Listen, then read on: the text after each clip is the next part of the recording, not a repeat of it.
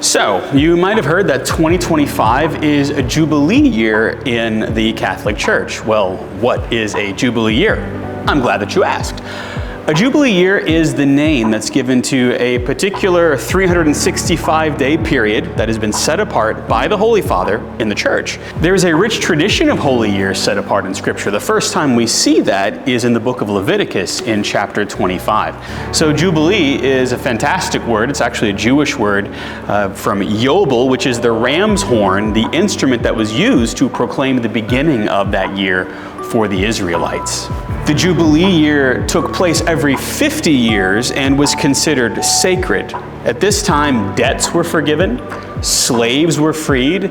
If there were any lands that were misappropriated, they were returned, and the fields would lie fallow during a Jubilee year, meaning that nothing would be planted.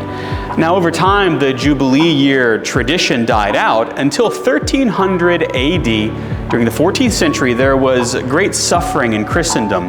There were wars and illness plagued the land. And as often happens when people are in a time of trouble, they wanted to return to a more holy way of life, to turn back to God. And so many Christians began to travel to Rome, and that's of course where many of the great saints are buried. When they went to Rome, they desired the blessing of the Pope, and they wanted the graces that come from making the act of faith that is a pilgrimage.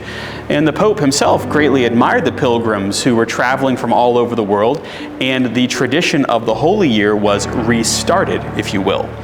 Originally, the Jubilee year was celebrated every 100 years, and then that became every 50, and now every 25, all the way up until today, with our Jubilee year beginning on December 24th, 2024.